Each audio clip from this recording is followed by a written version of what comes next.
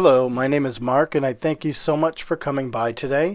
This is a sort of walkthrough kind of wrap up for the 2022 Inktober challenge that I participated in. And as you can see here, I'm flipping through some books that I have, because at the end of each of these Inktober challenges, I like to print out these books just as a keepsake for myself. I've given a couple away as gifts, but it's not something I sell or anything, but it's just for posterity's sake, and I enjoy doing the challenge and then at the end of it having a book published, or not published but just printed, is a nice way to just kind of remember these things. They're all formatted the same, and you can see from this one here I was starting to get a flow and an understanding of how I like these to be printed, so I was really happy to have these done up and just to reflect back on. And when friends say, oh, what are you talking about Inktober?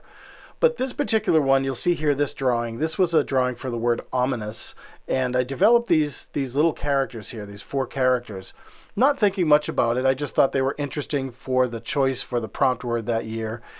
And the following year, which was last year, I decided to explore these characters a little more. In fact, I took the entire challenge and applied the prompt words and the characters together for each prompt word. And so such was born these characters. I don't know what you call it. Like it's not a story, but it's definitely it's a cohesive body of work that looks the same. They all kind of reflect the same and they feel the same.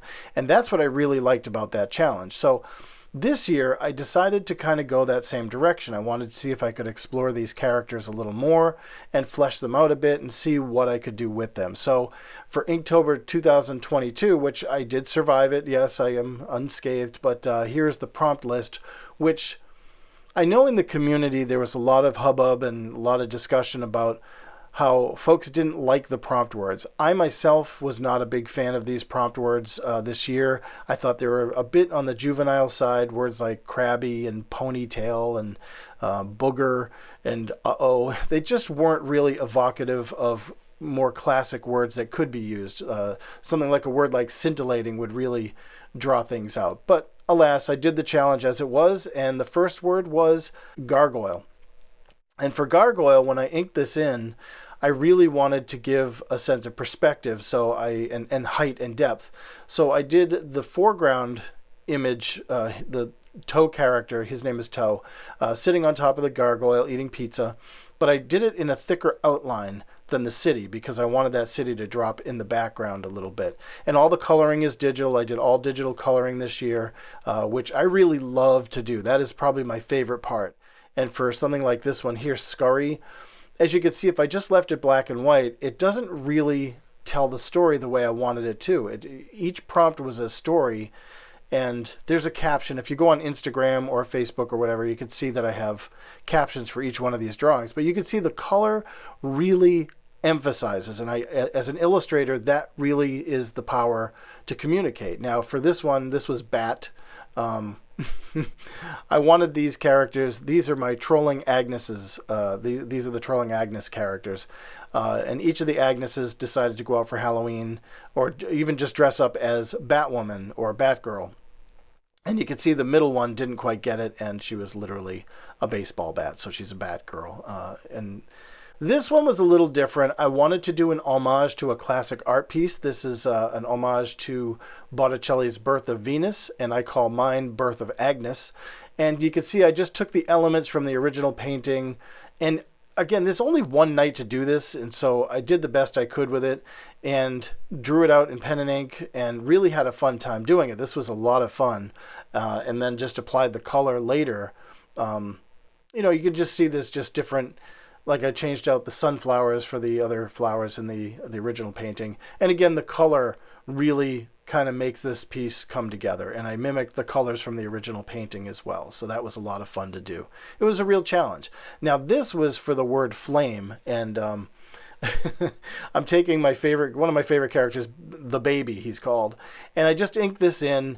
But I decided to only ink in half of the grill, the picture, because I realized in digital I could just cut it and flip it over and create a symmetrical image that would be compositionally accurate and would look good. It would look good to the eye. And I threw a little hot air balloon up in the corner and I changed the dials a little bit and added some flames coming out. And I really enjoyed this one. This was a lot of fun because it was kind of quick and easy. This is bouquet, and the word bouquet itself, is a tough word. I think the lines, the thicker lines, I think were too thick. I chose the wrong size pen nib. It was a dip pen, and it was a little thick, and you can see I smudged up in the corner. But that's the kind of stuff I can clean up in post-production. When you're doing digital after scanning, you can clean that stuff up. I wasn't thrilled with this piece. It's okay. It satisfies the challenge, and there's some humor in there, but it just wasn't one of my favorite pieces. I like it. It's fine, but and it introduces the two characters there. This one here is another homage piece to Norman Rockwell, one of my favorite illustrators of all time. Road Trip was the name of the piece, the original, where he has a family going on vacation one direction and they're coming home in the other direction. So I literally just mimic that, and side by side you can see they're very similar, and I just had a blast doing this. Was one of the most fun pieces for this challenge, and if this is what I can get out of it, then it's worth the challenge, because I would never have drawn something like that on my own. And having those characters accessible to apply, and you can see on the top of the car there's one of the professors is tied down, one of the characters, and on the bottom he's he's kind of wrapped up like a mummy, I guess, going home. So there's a lot of just fun stuff in there, and I really, really enjoyed that. This was called Match, and I knew that folks were going to be doing a lot of matches, the flaming match that you strike. So this is another character. This is Fondue. He is a vampire turtle, and I wanted to have him go on Match.com. I have to say the chair was my favorite part. I did one of those sort of funky ergonomic chairs, but I had him going on Match.com looking for love, so that's the best I could do with him. This was for Nest, and I was away on holiday or vacation, and I didn't have a lot of time to do this, and I was working in a sketchbook that I didn't want to work in. So I did nesting dolls of the trolling Agneses, but I did put a little bird's nest sort of in there, kind of solve the solution to what it was. Wasn't one of my favorites. This, believe it or not, was really such a fun drawing to do, because getting into the mind of another artist or another cartoonist and to think the way that they think and draw their characters out the way they draw them, it's really a remarkable thing. Even up on the ceiling there in the background, the little boat that Squidward is sitting in. This was SpongeBob SquarePants. The prompt for this was crabby, and I didn't like the word at all, so I did. The two characters of mine were crabby when they found out they ran out of Krabby Patties at Mr. Krabs' restaurant, the Krusty Krab. So I had a blast drawing this one. It wasn't one of my favorite prompts, but to incorporate my characters in with the classic work of SpongeBob, it was just so much fun. This one here was another one that I didn't really care for the prompt word. It was Eagle, so I had all my characters in their PJs like they were hanging out for the evening in the den or something, listening to records. And the toe character does not like the band The Eagles, so he's actually burning their record. But each of them is holding a record that has to do with eagles, or an eagle, like the Iron Maiden, Where Eagles Dare, Eagle Eye Cherry. But you could see the Jeffrey character has no legs, because I was having a tough time trying to get his legs crossed, so I drew them separately on a separate piece of paper. And again, this is the beauty of digital art. And if you're not a digital artist, this is something to consider in the future, if you ever think about it and you want to try it, is that you can draw a piece on one piece of paper and draw something else on another. This is a standard way illustrators work today. And then you take them together after you scan them and you put them in place. So those legs fit right in there. And again, only one night to do this. This took probably about 6 hours to do this entire piece and color it and shade it and everything. So you can see how long these things take.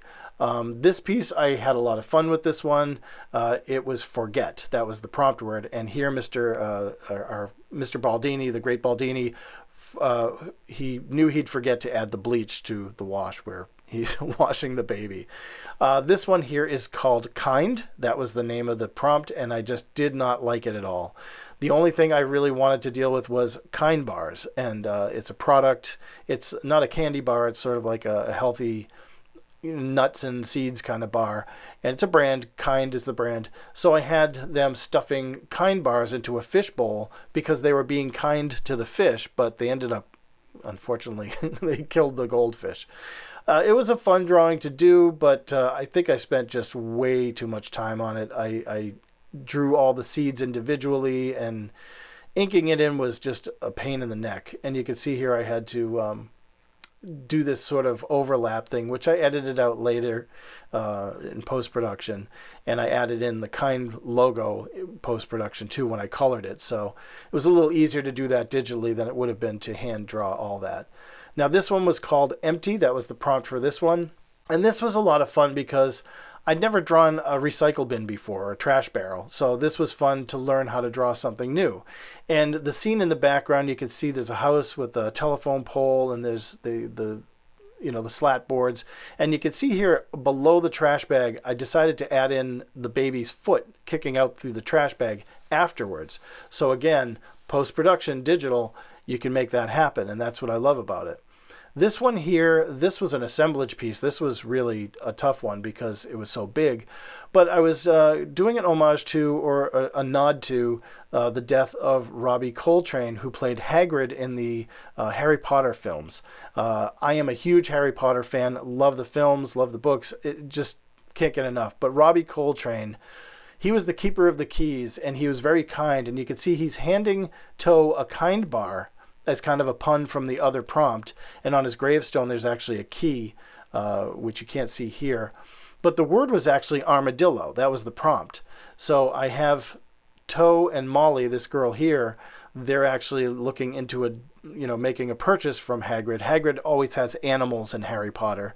So my impression was that Hagrid is kind of selling the armadillo to Toe and Molly, and the price being paid, or he's buying it from them or something, I don't know.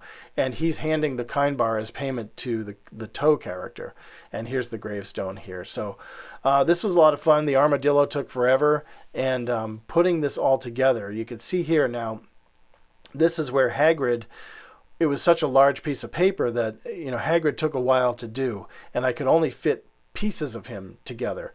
But I knew that going into it, and so I did the pieces that they would be symmetrical and that they would fit together. Even the tip of his boot I added in as a separate entity, and and here's the grass from the background. But once I put them all together, you can see that they just worked, and even the tip of the boot, you wouldn't know in the final piece that these were all different pieces of paper and all different drawings. The fun in that is just the assemblage just works. Now this is a piece for the word fowl, F-O-W-L, and Jeff and Jeffrey, these two characters here, they are well versed in different languages. Now this was the first original drawing I did on a bird bath, but I just didn't like it. I didn't like the way they looked, I didn't like the feel of it, and it didn't really say what I wanted it to say. They speak a lot of languages in the storyline, and here their favorite is to speak foul language. So they're communicating with these mallard ducks. I really loved coloring this one. I loved adding the textures. It was just a lot of fun. Now this one was a tricky one because the word is salty, and the little storyline that I had was that the group of people that live here in this house felt that the old mail carrier was more salty than the new one. So the hint here is that maybe they've eaten the postal worker. You can see the salt shaker in the background, the shoe, the hat, and the postal bag. There's some chaos going on. The grandmother clock is sitting there, and she's got a grimace on her face, and the character in the background is eating some food. So we assume that they're eating the postman, but maybe the postman is actually, or the postal carrier is actually having dinner with them. I don't know. This one here was great. That was the word. I wasn't fond of this word either, but I decided to go... I'm sorry, this was scrape. I'm sorry, the word was scrape, and I wasn't fond of this word. So I have them doing a good tongue scrape before bed. Putting the pieces together. Now, scraping your tongue, you're supposed to scrape your tongue. There's a thing on the back of your toothbrush that you can use to scrape your tongue sometimes. Some have them. But here they're scraping their tongues before bed. And, Toe is using an ice scraper. Molly is using a cheese grater. And I just loved putting the pieces together. She's actually standing on that stool in the final drawing. And you can see I have the cheese grater pieces up there that I put into the cheese grater later. So the next one was Ponytail. I just did not like this one at all. I had no concept for this one. So I took my Trolling Agnes characters and I have them showing off their collection of ponytails. This was a digital piece. I enjoyed doing it, but it wasn't my favorite. This, however, was a very time-consuming piece. I had a very short amount of time to get this one done. It's an homage to another painting, The Dogs Playing Poker. And elementally, it's accurate. All the pieces are there. I just didn't have time to do the textures on the wall. The real painting is called A Friend in Need by Cassius Coolidge. And I really love this painting. I mean, it's such a classic painting. I mean, it's just wonderful.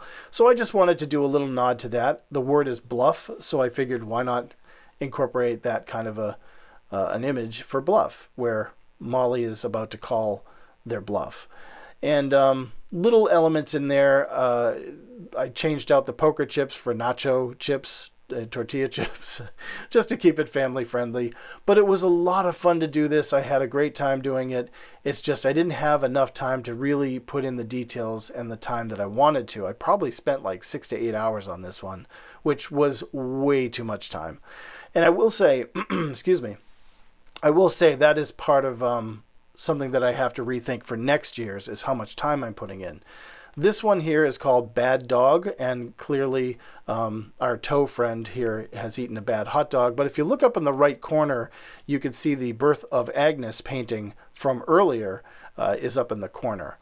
Another homage that I wanted to do here, I am a big fan of Quentin Tarantino's, and I remember seeing this poster when the film came out, and I loved it, and that's why I went to see the film. So I adapted these characters into the the Tarantino format, the graphic format for that movie poster.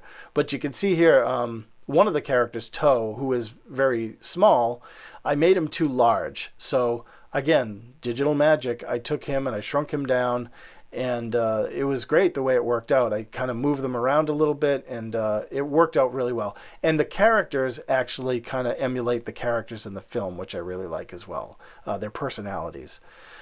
This was the least favorite word in the entire prompt list. The word was booger. So I decided to do, this is Toe in his room of room. And I think it's spelled R-H-E-U-M, which is another name for the crusty stuff you get in your eyes, which we call eye boogers. So room, Toe is in his room. And I loved drawing all these jars. It took forever. I mean, this was a long one. And you can see here where I kind of made some space where I knew the lighting was going to go. So I left that blank intentionally. So that brightness of the light is kind of reflecting off those jars immediately around it. That's why I didn't draw in those jars. And I really had a fun time doing this one, adding a couple of those little eye boogers on the ground and having the little vampire turtle. It was just one of those things. I didn't have a solution for it, so I had a lot of fun doing it. But it did lead to the vampire turtle, which carried into the next prompt, which was the word fairy. And with fairy, I was thinking, geez, everybody's going to draw fairies and, traditional fairies, but I went with a tooth fairy mistaken for a vampire turtle. This drawing here was for the word tempting, another word I wasn't fond of, but here we have a religious salesman coming to the door. Toe is distracting the salesman while Molly and the baby are tempting the religious salesman with money. And there's a dollar bill on a hook. You can see I drew the dollar bill larger, and baby's actually throwing an egg, which you can see in the final draft. I enjoyed drawing it. It was fun to draw, but I don't know. I just wasn't happy with the whole concept. You can see the dollar bill. I shrunk it down and added it to the hook line, and just added some elements like the water tank in the background. I love the clouds. The clouds came out cool. Now this was for the word ego. I had the Agneses dress up as priests and nuns, and you can see they're holding, Halloween candy buckets, one of which is the character Toe. So that was a lot of fun. But because they're dressed as priests and nuns, the word is ego, so this is their alter ego, meaning altar, like as in a church, A-L-T-A-R, versus versus ALTER. So it was a little fun, but you can see how big this drawing was. This was a large drawing. It took a lot of time to really drawing. It was actually pretty quick, but actually doing the digital execution, that's where I spent a lot of the time. On this piece of paper, I did just a rough outline of what the porch would look like. So I scanned that in and presented that as the background digitally. And you could see that once I kind of carved it all out and added the trees and things, it was a lot of fun to do. This was time consuming, but it was worth every minute of it. I really like this piece a lot. And you can see there's just a starry night. There's that light above them. I didn't want to wash them out with shadow because the way the light fell, they should have cast more shadow. So I just kind of left them as bold and open colored and contrasty, or whatever you want to call it. They're natural, I guess. And I was very happy with that piece. This piece was another one I didn't really feel fond of. It was the word snack. There's a lot of interpretations that we could have done for this one, but you know, anybody could have done anything. I decided to have one of the characters up on the widow's walk of the mansion they live in, having a stack of pancakes. So it was his snack stack. And you can see the baby is on top of the stack, probably about to fall off, we don't know. And the vampire turtle and Molly are there. And I inked in the parts that I thought were important to draw, but then I digitally created the structure because I could get the lines straight. I wanted a really clean structure. I like the colors that I chose, very sort of Japanese feeling to it. I liked the piece. It was okay. This one here was, the word was camping. I wasn't, again, terribly fond of some of these words. Camping, I just thought of camping equipment and so forth. So instead, I went in a different direction. And it's a paintball tournament. And the group of these people, these characters, didn't know they were walking into a paintball tournament. So the caption was, you know, they survived by camping during the whole tournament, so they won. But that was what I came up with. Again, inked it in, then digitally colored it. It was fun to do. I had a blast doing it, but it wasn't really all that meaningful. This was the word uh-oh, and well, you know, you can interpret it however you want. I just did this as a real quick thing, and I thought, you know, Professor DeLu realized and had an uh-oh moment, and it really didn't mean much, but this one I had fun doing because I really wanted to explore the grandmother clock that I came up with. I really like her. I like her character. And the word was gear. So I have the toe character going in with a heart-shaped key. He opens up this back box and he finds the broken gear. And he's going to fix the grandmother clock. Normally she complains all the time, but she was suddenly complimenting everyone. So Toe knew that something was wrong and he had to fix the gear. And finally, the word was farm. And all I could think of immediately when I saw the prompt word was the Fisher-Price family play farm, which I had as a kid and which my kids had as kids. And I really loved the idea of this. And you can see this is the real farm. And I hand drew it as it is, and I turned my characters into Fisher-Price people. And I really, really, really loved doing that. It was almost like seeing my own creations as toys and how they would look as toys. And I thought, boy, that was really fun to do. I mean, it was silly, but it was fun, and I had a great time. I had a great time with this challenge, and it was one of those challenges that there were some moments when I was ready to give up, and it will make me rethink how I'm going to do this challenge next year. So as much fun as I had, and I'm so grateful to have the cohesive body of work all based on these 4 characters that I drew a year ago, or 2 years ago. And I have 2 books now that will have these characters in their sort of story format. But I'm grateful for that. So it was worthwhile for me to do the challenge next year. If I do the challenge next year, I'll do something probably a little bit different. I'm going to ink different. But thank you so much for watching this and coming through this walkthrough with me. I really appreciate your time watching. Thank you for that. And if you haven't subscribed, please do. I have a lot of stuff coming forward in the next few weeks, some reviews and stuff. But as always, take your time, rest up and relax. Enjoy the holidays. Thank you, and God bless.